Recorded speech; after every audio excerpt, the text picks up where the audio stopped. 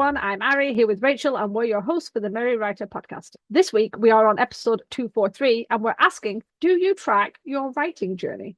Before we start, if you enjoy the show, do consider checking out our coffee page. You can follow the page for free, as we have plenty of goodies for all. If you're feeling generous, a one-off donation will get you access to a few more treats, or you could become a Merry Writer for just $2 a month. For this, you get access to all the items in our shop, including exclusive goodies, as well as access to bonus episodes, all while helping to support our podcast.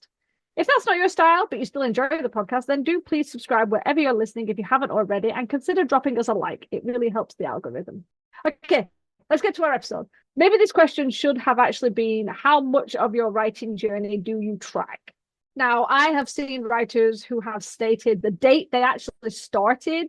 They've mentioned different milestones. And I'll be honest, I haven't a clue what the specific date was when I started, say, The Blessed.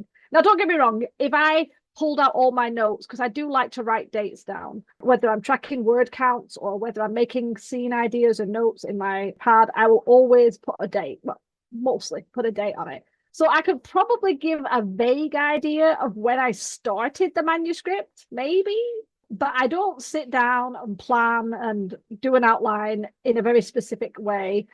It comes in waves. I'll get a flicker of an idea, a snippet of a scene, raw concept of a character. I might start outlining, I might not.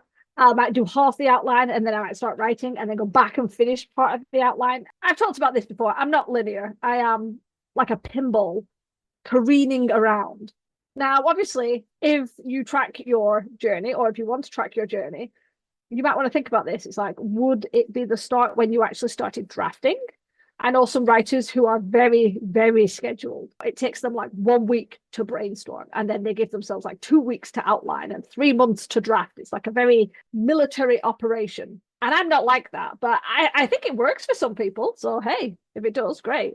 I just want to add that I actually used to track what date I started writing my novels, but it was always if I hand wrote. I would open up my notebook and in the top right-hand corner, I would write the date and then I would start writing. And I never did that for digital stuff, but I also never really kept track of like every time I sat down to write or every time I sat down to edit or proofread, I didn't write the date. It was always when I was writing, and it was usually handwriting. But I will say, I haven't done this in a long time, so I guess it doesn't really count. But I have file folders that I keep all of my manuscripts in and respective notes and all that for each novel. And on the inside, like front cover of the file folder, I used to write date started from like the very moment I started the novel, and then I have date ended, which is pretty much always blank because I don't finish what I start. But I had the idea to keep track of like how many years it takes me to write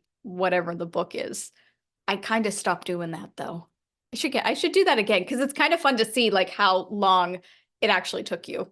So when you say you tracked it, it was from when you started like writing the actual story, not from brainstorming, not from outlining, not from when the spark came. It was when you started writing it. Right. Yeah. Because I never, for some reason, I always did it when I hand wrote and I would be writing chapter or whatever. I don't know why I did that. See, I do like that. I do like the idea of having that. And to be honest, the reason this question is in the podcast is because of you, Rachel.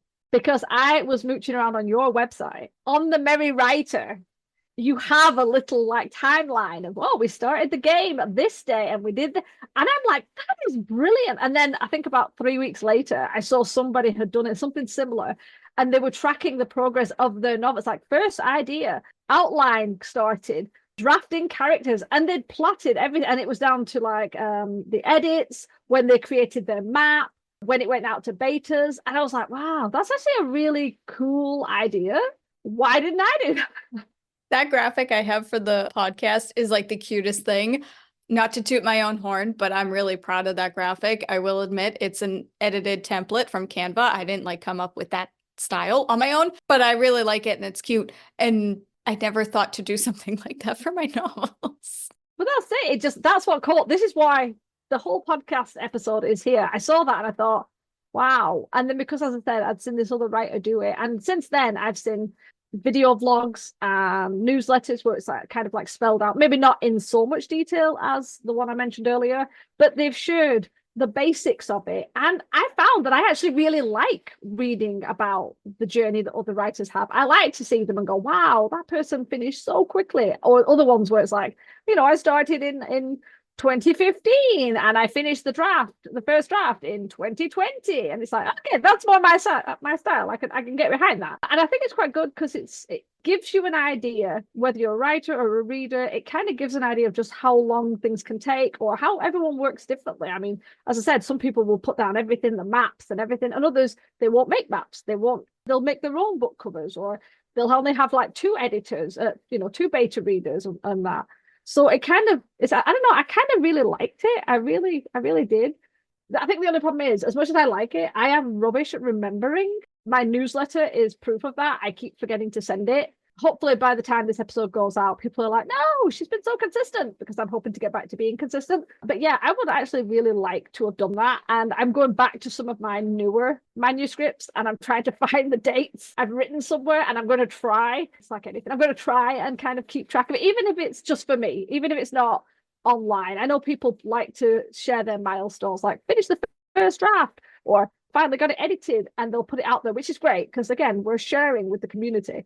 But I think just for yourself, to give you an idea, and especially if you look at it and you think, right, this is my first novel, it's taken this long to edit, and this long to outline, this long to draft, this long to edit, and it can kind of be something you look back on and think, wow, okay, it's been 20 years since the first one. Look how quick I am. Look how more streamlined I've got the process. And I kind of like that aspect of it. But maybe that's just sad, but that's where I am right now. Well, I think it's interesting too, because obviously every novel is different and some are going to be a lot longer or take you a longer time than others. But it would be really cool to look back at your debut novel and see how long it took you to write it and outline it and all that stuff. And then you look at your next novel and you realize, okay, I kind of figured out my writing voice. I figured out my preferred method of outlining. So it takes you a shorter time to get through those parts because you've already done it before, even though the project's different, but you know what I mean. So I'm gonna, talk about a little bit about what I do, or I guess probably what I don't do.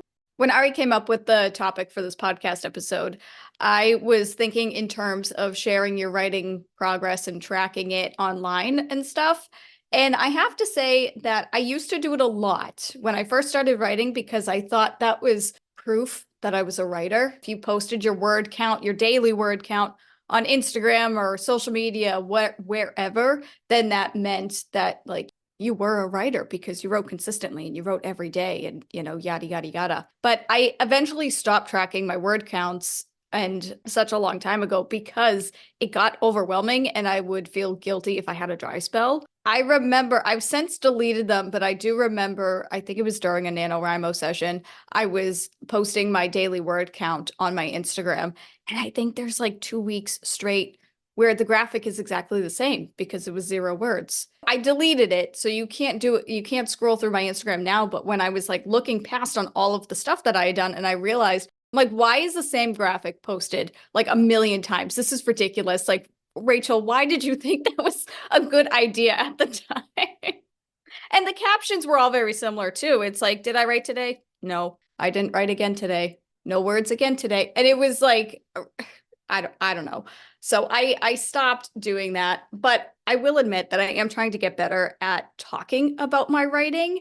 And by talking about my writing in a weird way, I am sharing my progress. And it's weird because ever since I decided that I no longer want to publish my books as a full-time career, but just for myself, I've been much more open and confident about my work. If you follow me on Instagram, then you will see that I have been talking a lot more about it.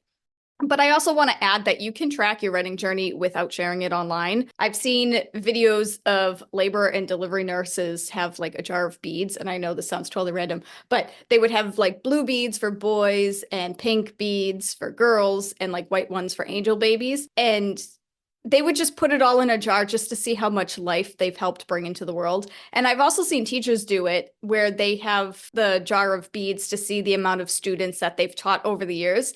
And I think it'd be so cool to do this with writing just to see how much progress you've made over the course of a year. I don't know if it would be with beads or anything like that. And I don't even know how you would measure that. I don't know, but I think it would be cool to have that visual. And I actually might use a blank calendar in 2025 and color in days that I make progress on my writing so I could see how many days at the end of the year I dedicated time to my stories. And when I say that, I just mean color in the square each day, like green or whatever color.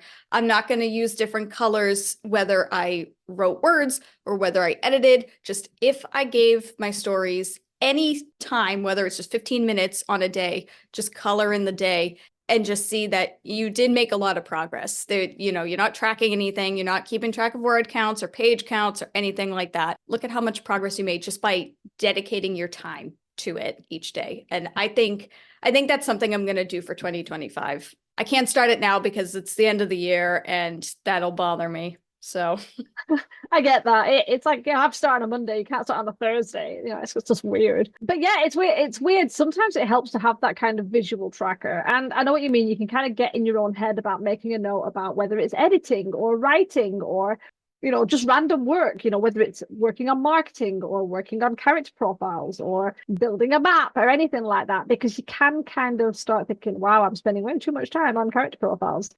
We started going out for daily walks. We started last year and we tried to make it to 100. I think we did. I think we hit over 100 every day consistently. And then something happened and we stopped. Then we started again this year and we got sick. It kept breaking up. And what I found was I made a calendar and it sits right on my desk. It's actually pinned to the wall. And I got myself little running shoe stickers. And I find rather than me writing it or coloring it, just putting a little sticker and a fun, colourful, they're all in rainbow colours because of course they're in rainbow colours. And I don't put my you know, one day it might be a really short walk. One day it might just be half a mile. Other days it's 2.5 miles. Other days it's longer. And I used to be like, oh, well, you know, I did 10,000 steps today or I did 4,000 steps. I don't do any of that. I don't track any of that anymore. It just literally, did I get off my ass outside and walk? And then it goes on the calendar. And it's a really nice visual. And I did try and find a nice little pen sticker because I wanted to do the same with the writing. And so far, they're just not great. They're too small and annoying me. So I was going to start using little paw prints. I have little rainbow paw prints. And that was just going to be connected to the writing. And I think it can help because at the end, you can look back and think, okay, I actually did quite a lot. And you can also put a note on, say, like started draft or this day I started the edit. And that way you can easily track it. If that's what you want to do, obviously, some people might be listening to this going, why would you want to do that?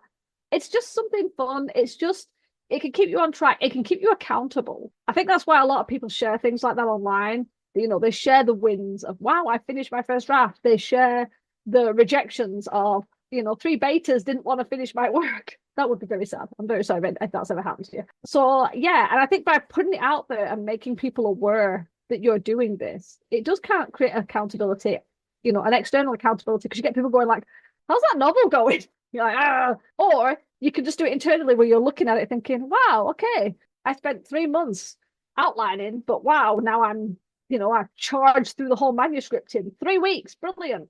So, or whatever, you know, nobody's trying to make you feel bad if you haven't managed that. Believe me, not us. We are definitely not trying to make you feel bad for that. But yeah, so it's just a weird thing, but I think it's an interesting one, and it would be nice to know if other people do it.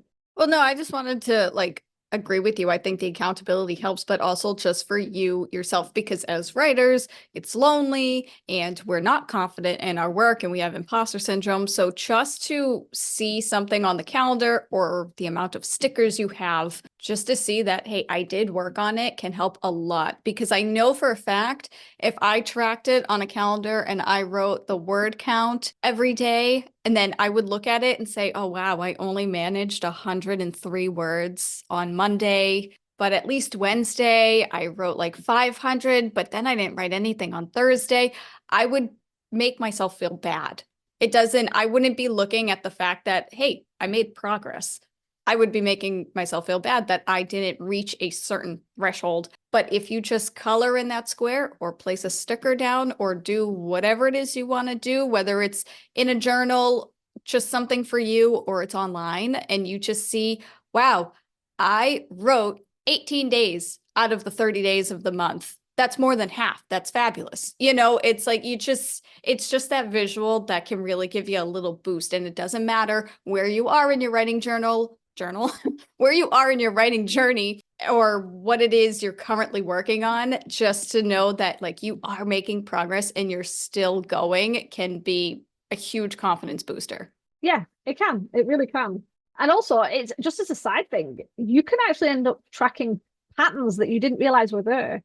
You could end up writing like 1 month really well and like, why did that do really well? And it's like, well, maybe that was the month that you didn't have as many obligations because of the time of year, or maybe that was the day you wrote every morning and you've always thought yourself as a night writer, but instead you actually have more energy and time in the morning. Tracking it like that can actually be really good at catching patterns that you didn't even know were there. But yeah, I definitely would recommend to anyone, if you want to track it, if you want to keep an eye on your milestones or anything, definitely do it, but only if it's not going to sort of crush your soul. Because like you said, if you're going to look at it and be like, oh my gosh, there's so many days I didn't write, and it's going to make you feel bad, or wow, I started my novel on this day and it's been 8 years and I haven't finished it, if that's going to make you feel bad, then don't track it. However, if you can just enjoy the journey of it, hey, like how I tied it, if you can just enjoy it and just make a note of those milestones and share those wins and let people know, or just for yourself, track what you managed to get done and use that as a positive, I do recommend that. Yeah, I think I do. I concur. Any progress is progress. Exactly. And we're always so hard on ourselves. We're always like, oh, I haven't done this by this time. I haven't written this many words. Or I haven't become a bestseller Booker Prize winner at the age of 14 or whatever. So yeah. Okay, I have no idea how to end this, so I'm just going to kind of like slice it. Before we leave, if you do want to learn more about us, if you do the podcast or opportunities to be a guest on the show, please don't forget to check out our website, which is over on Podbean. It is themerrywriterpodcast.podbean.com. We'll turn it over to you guys. Do you share in the hurdles of your writing journey? Do you share the good, the bad, the ugly, the rejections, and the wins? Let us know your answers in the comments so we can chat about it. Remember, we release new episodes every Wednesday. Next week, we're discussing what is the cozy genre. To ensure you don't miss it, hit the subscribe button on your way out. And as always, thanks for listening to the Merry Writer Podcast. We'll see you next week. This podcast is brought to you by Stuffed Bookshelves. Our TBR piles are huge. The music titled Inspired is by Kevin MacLeod, licensed under Creative Commons 4.0.